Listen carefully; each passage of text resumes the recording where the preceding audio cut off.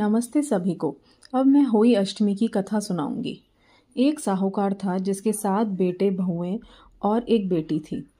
दिवाली से पहले कार्तिक बदी अष्टमी को सातों बहुएं अपनी इकलौती ननद के साथ जंगल में खदान में मिट्टी खोद रही थी। मिट्टी खोदते समय ननद के हाथ ईसे का बच्चा मर गया। स्याऊ माता बोली कि अब मैं तेरी कोख बांधूंगी। तब ननद अपनी सातों भाभियों से बोली कि तुम में से मेरे बदले कोई अपनी कोख बांध लो। तब भाभियों ने अपनी कोख बंधवाने से इनकार कर दिया, परंतु छोटी भाभू सोचने लगी कि यदि मैं कोख नहीं बांधूंगी तो सासू जी नाराज होंगी। ऐसे विचार कर ननद के बदले छोटी भाभी ने अपनी कोख बंधवा ली। इसके बाद जब उसके लड़का होता तो 7 दिन बाद मर जाता। एक दिन उसने पंडित को बुलाकर पूछा, मेरी संतान 7वें दिन क्यों मर जाती है? तब पंडित ने कहा कि तुम गाय की पूजा किया करो। सुरई गाय स्वाऊ माता की भ्याली है, वह तेरी कोख छोड़े तब तेरा बच्चा जिएगा। इसके बाद वह बहुक्राती प्रातः काल उठकर चुपचाप सुरही गाय के नीचे सफाई यदि आदि कर जाती। गौ माता बोली कि आजकल कौन मेरी सेवा कर रहा है, सो आज देखूंगी। गौ माता खूब तड़के उठी। क्या देखती है कि साहूकार के बेटे की बहू उसके नीचे सफाई कर रही है। गौ माता उससे बोली, क्या मांगती है? तब साहूकार की बहू बोली कि साहू माता तुम्हारी भ्याली है, उसने मेरी कोख बांध रखी है, सो मेरी कोख खुलवा दो। गौ माता ने कहा, अच्छा। तब गौ माता समुद्र पार अपनी भ्याली के पास उनको लेकर चली। रास्ते में कड़ी धूप थी, सो वह दोनों एक पेड़ के नीचे बैठ गई।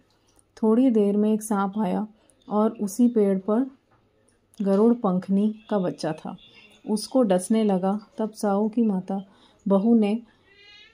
की बहू ने सांप मारकर जाल के नीचे दबा दिया और बच्चों को बचा लिया। थोड़ी देर में गरुड़ पंखनी आई तो वहाँ खून देखकर साहूकार की बहू को चोंच मारने लगी। तब साहूकारनी बोली कि मैंने तेरे बच्चे को नहीं मारा, बल्कि सांप तेरे बच्चे को डसने आया था, मैंने तो उसे तेरे बच्चे की रक्षा करी है।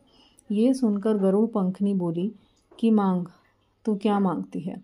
वह बोली, 7 समुद्र पार साहू माता रहती हैं, मुझे उनके पास पहुंचा दो। तब गरुड़ पंखनी ने दोनों को अपनी पीठ पर बैठाकर साहू माता के पास पहुंचा दिया। साहू माता उसे देखकर बोली कि आ बहन, बहुत दिनों में आई है। फिर कहने लगी कि बहन सिर में जू पड़ गई। तब सुरही के कहने पर बहू ने सिलाई से उसकी जुई निकाल दी। इस पर साहू माता प्रसन्न बोली कि तूने मेरे सर से बहुत सलाई गिरी है, इसलिए तेरे 7 बेटे और बहू होंगी। वह बोली, मेरा तो एक भी बेटा नहीं, 7 बेटे कहाँ से होंगे? स्याऊ माता बोली, क्यों, क्या बात है? तब वह बोली, मुझे वचन दो तो बताऊं। स्याऊ माता बोली, वचन दिया, वचन से फिरूं तो धोबी के कुंड पर कंकड़ी हुए।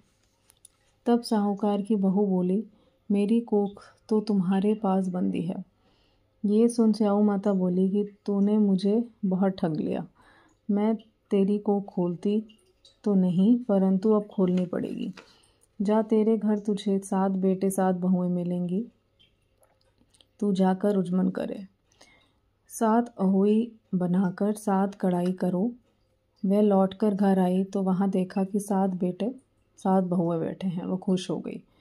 उसने 7 होई बनाई, 7 उजमन किए तथा कढ़ाई की।